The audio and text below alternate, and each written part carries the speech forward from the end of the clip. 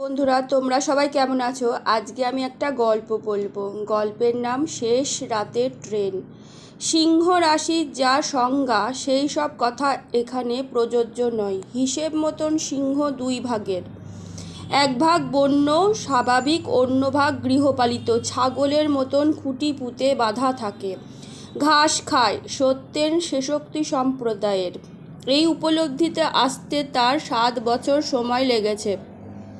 খুব ধীরে ধীরে চিন্তাটি সময়ে অসময়ে রক্তের ভিতর ঝাঁকি দিত প্রথম প্রথম, তারপর রক্তের সাথে মিশে যায়। যদিও সমগ্র ব্যাপারটি খুবই আধুনিক ও লক্ষণীয়। জেল থেকে নিঃশর্ত মুক্তি, চাকরি, বিবাহ এবং সর্বোপরি 8 শতকের ওপর নিজস্ব বাড়ি ইত্যাদি মিলিয়ে যে পূর্ণতা এসেছে, তারই একটি পরিতৃপ্তি দিনে সত্যেন বসে আছে। এই নির্জনতা তার এখন প্রাপ্য। 70-72-এর সশস্ত্র সংগ্রাম, যার পরিসমাপ্তি ঘটে 3 বছর বিনা বিচারে আটকে এবং মধ্যে কারণে একান্ত নিজস্ব নির্জনতা উপভোগের শিকার সে অর্জন করেছে বলেই সত্যেনের ধারণা। এতক্ষণ আকাশে এক টুকরো মেঘ ছিল, তারই ছায়া সামনের মাঠের ওপর হামাগুড়ি দিয়ে তাকে স্পর্শ করে আরও পিছনে চলে যায়। সে আরও ঘন হয়ে নাইট কুইন গাছটির কাছে বসে। নাইট কুইনের কলির প্রতি দৃষ্টি নিবদ্ধ রেখে ফুলের প্রস্ফুটিত হবার প্রতিটি মুহূর্তকে সে দেখতে চায়। চাপা মিষ্টি গন্ধ তার বাড়ির সংলগ্ন ছোট বাগান সর্বোপরি তাকে আপ্লুত করে। এক সময় এই গন্ধ মাথার ভিতরে ঝিমুনি মেরে থম ধরে। একজন চাষি মানুষের শরীর থেকে নির্দিষ্ট ফসলের ও বীজের গন্ধ বের হতো, অনেকটা বিকিরণের মতো। এই বিকিরণ অনেকটা আলোর মতো। সেই আলোর বর্ণ ছটায় সত্যেন সেই মানুষগুলোকে চিহ্নিত করত। আজ সেই সব পরিশ্রমী, রাগী অথচ নিপাট সরলতাবদ্ধ মুখ তার চোখের সামনে ছায়া ছায়া অস্পষ্টভাবে চলে যায়। নির্জন বাড়িতে এই সব পীড়িত স্মৃতি সিদ্ধান্ত করে ফসলের প্রতি ভালোবাসাই মরণ।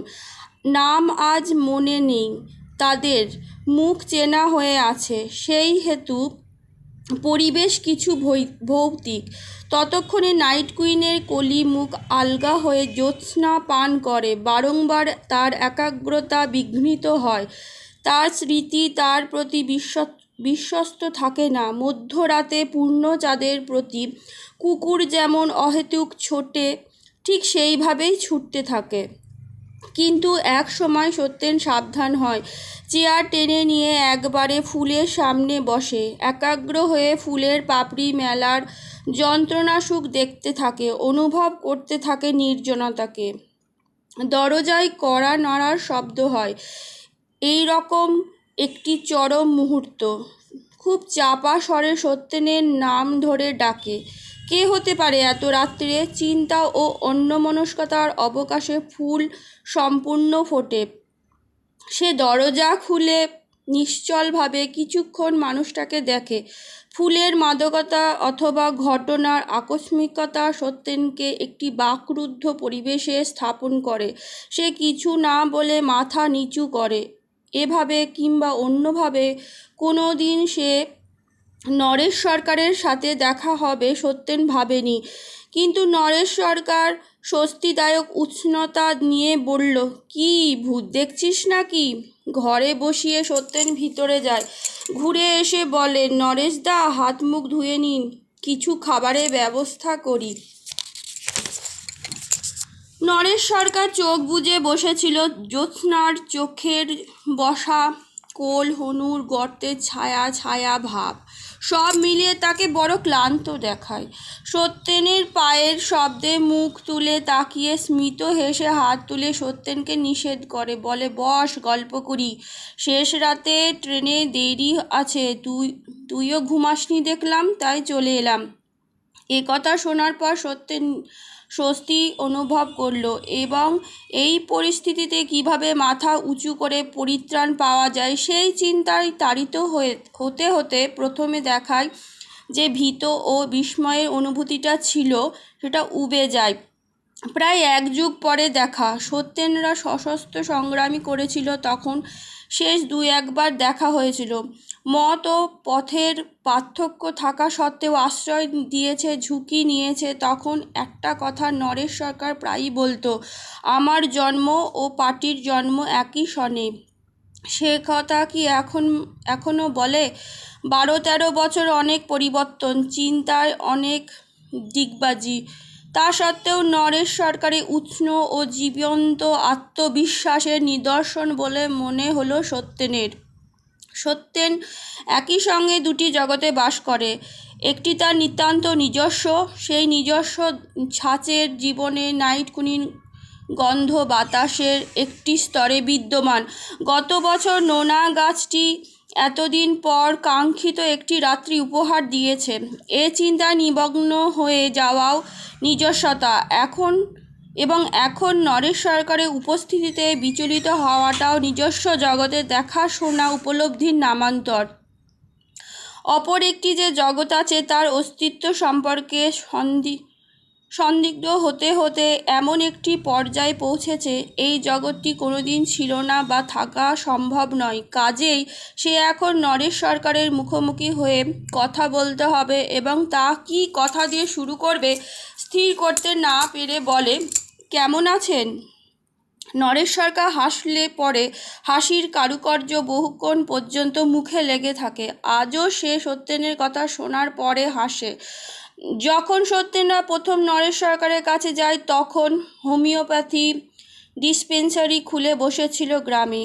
এই রকম হেসেই অভ্যর্থনা করেছিল। সব শুনে টুনে বলেছিল, সিদ্ধান্ত তো নেওয়া হয়ে গেছে দেখছি, বিশ্বাস যখন আছে তখন তাই করো। একটু থেমে আবার বলেছিল, আমরা তেভাগা করেছিলাম মানুষ চাইতো বলে। মানুষ যদি চায় তবে তোরা কর। আপনি? মানুষ যদি চায় তবে আমিও আছি। ঠিক হুবহু মনে নেই, তবে এই ধরনের কথাবার্তা হয়েছিল, তর্ক হয়েছিল, তাত্ত্বিক আলোচনাও হয়েছিল। যদিও নরেশ সরকার এখন বলে ওঠে, সত্যেন মানুষ চাইছে, চল। সত্যেন কি যাবে? যে অবলম্বন ধরে এই 7 বছরে সে সাঁতার কেটেছে, সেই অবলম্বন যেন ক্রমশ হাতছাড়া হয়ে যাচ্ছে, ডুবছে, অতলে তলিয়ে যাচ্ছে, কখনো ভেসে উঠছে। এই রকম ভারসাম্যহীন মুহূর্ত সে নাইট কুইনের গন্ধকে অবলম্বন করতে চাইল। সমস্ত ইন্দ্রিয় দিয়ে চেষ্টা করা সত্ত্বেও সে গন্ধ অনুভব অপারগ হয়। অত্যন্ত অসহায়ভাবে নরেশ সরকারের দিকে তাকায়, দেখে নরেশ সরকারের চোখ দুটো হাসছে। জেলখানায় সময় ভিন্ন অন্য কিছুর দারুণ অভাব, কোনো কিছুই তাড়াতাড়ি হয় না, সেই রকম নিয়মে কথায় এগোয় না। এক সময় ট্রেনের সময় হয়ে যায়। নরেশ সরকার হাতের কবজি খুঁড়িয়ে ঘড়ি দেখে বলে, চলি। সত্যেন পায়ে পায়ে দরজা পর্যন্ত এগিয়ে দেয়। জিজ্ঞাসা করে না কোথায় যাচ্ছেন বা কোথায় এসেছিলেন। শেষ রাতের ট্রেনের শব্দের জন্য উৎকীর্ণ হয়ে সত্যেন অপেক্ষা করে। এক সময় শব্দ শুনে আশ্বস্ত হয়, পর মুহূর্তে মনে হয় আরও একটা ট্রেন আসছে। তখন রমার কথা ভীষণ মনে পড়ে। রমা এখানে নেই, জলপাইগুড়িতে, আর মেয়েরা এই সময় বাপের বাড়িতে থাকে সাধারণত। রমা তার স্ত্রী। এই রকম অবস্থার মধ্যেই একসময় সে ঘুমিয়ে পড়ে। ডাকাডাকির পর অনেক বেলায় ঘুম ভাঙে। ঘুম জড়ানো চোখে দেখে পুলিশের লোকজন। বিভ্রান্ত তবু সপ্রতিভ হবার চেষ্টায় তৎপর হয় সত্যেন। পুলিশ অফিসারকে ঘরে ডেকে বসায়, মুখ আটকানো পোস্টে টিউব চাপা দিয়ে বসে নার্ভাস অবস্থায়, এবং চোখাচোখি হয় পুলিশ অফিসারের সাথে। ও কিছু না, শুধু একটা জিজ্ঞাসাবাদের জন্য ডাকা। যখন থানায় ঢোকে তখন কনস্টেবল থেকে শুরু করে সকলের মধ্যে ততস্থ ভাব, অর্থাৎ উপরওয়ালার উপস্থিতি, এসব ভেবে মুখের ভেতর তেতো হয়। তখন মনে পড়ে গত রাতে ফুল ফোটা উত্তেজনায় কিছু খাওয়া হয়নি। ওকে বসিয়ে থানা অফিসার চলে যায়। অনেকক্ষণ পর অন্য একজনকে ডেকে নিয়ে একটি ঘরের দরজা পর্যন্ত পৌঁছে দিয়ে যায়। সে ঘরে ঢোকে, দেখে টেকো গাছের একটি লোক প্রচুর অভিজ্ঞতার ছাপ নিয়ে বসে আছে। মুখে এক টুকরো পেশাদারি হাসি ঝুলছে। বসুন। তারপরে খুব আন্তরিকতার সুরে বলেন, দেখে মনে হচ্ছে আপনি ঘাবড়াননি। সত্যেন কোনো কথার উত্তর দেয় না, শুধু হাসার চেষ্টা করে মাত্র। চেয়ারে বসা লোকটি আবার বলে, স্পেশাল ব্রাঞ্চ আপনার সহযোগিতা চায়। বিগত দিনে এদের অনেক প্রশ্ন, কথার পিঠে কথা সাজিয়ে সৃষ্ট ফাঁদ কৌশলে এড়িয়ে গেছে সত্যেন। গোটা দুনিয়া গোল্লায় গেলেও সে উত্তেজিত না হবার প্রতিজ্ঞা করে। যদিও সেদিনের মনোবল ফিরে পাওয়া দুষ্কর, তবুও তাকে চেষ্টা করতে হবে। ভেঙে পড়বার পূর্ব মুহূর্তে সে স্থির করে বলে, কি করতে হবে? স্পেশাল ব্রাঞ্চের ভদ্রলোক এত তাড়াতাড়ি এ ধরনের উত্তর আশা করেননি। তাই পুরোপুরি বিশ্বাস করতে না পেরে কয়েক মুহূর্ত সত্যেনের দিকে তাকিয়ে দেখে। তারপর কয়েকটি ছবি নাড়াচাড়া করে তার বাটা ভঙ্গিতে কিছুক্ষণ একটি ছবিকে দেখে সত্যেনের দিকে এগিয়ে দেয়। চেনেন তো? সত্যেন দেখে নরেশ সরকার ও তার ছবি।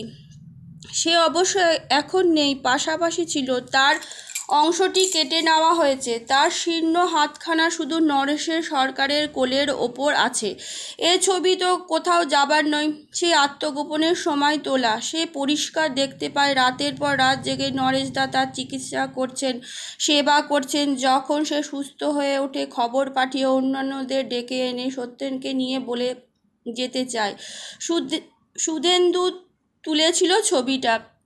পরে যখন ইতিহাসে লেখা হবে নরেশদা, তখন ডকুমেন্ট হিসাবে লাগবে। ছবিতে এখন সত্যেন নেই, সে বাতিল ভোগে। কিন্তু সত্যেনের জীবনে আরও একবার ভয়াবহ সংকটকাল উপস্থিত। এ উদ্বেগ ঢাকবার জন্য সে ঝুঁকে পড়ে ছবিটার উপর।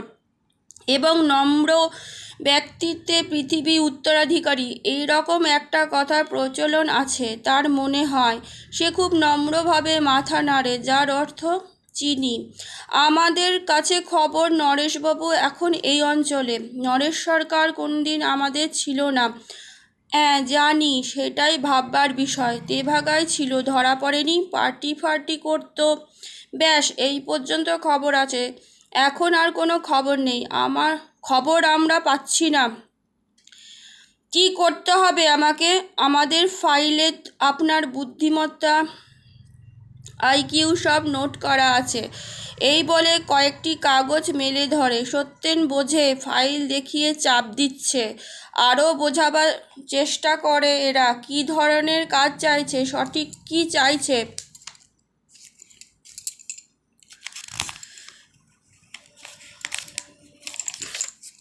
কথার পূর্ব সম্বন্ধ করে স্পেশাল ব্রাঞ্চ অফিসার বলে, আপনি নিশ্চয় বুঝতে পারছেন আপনাকে কি করতে হবে। লোকটা যখন এই অঞ্চলে আছে তখন আপনার কাছে আসতে পারে, একটু সহযোগিতা করবেন। এই রকম আন্তরিকতাপূর্ণ কথাবার্তা শুনে এদের ধূর্ততার পরিমাপ করতে পারে না সত্যেন। যাই হোক, চেষ্টা করব। এই রকম গোছের একটা কিছু আপাতত বলে যেতে হবে।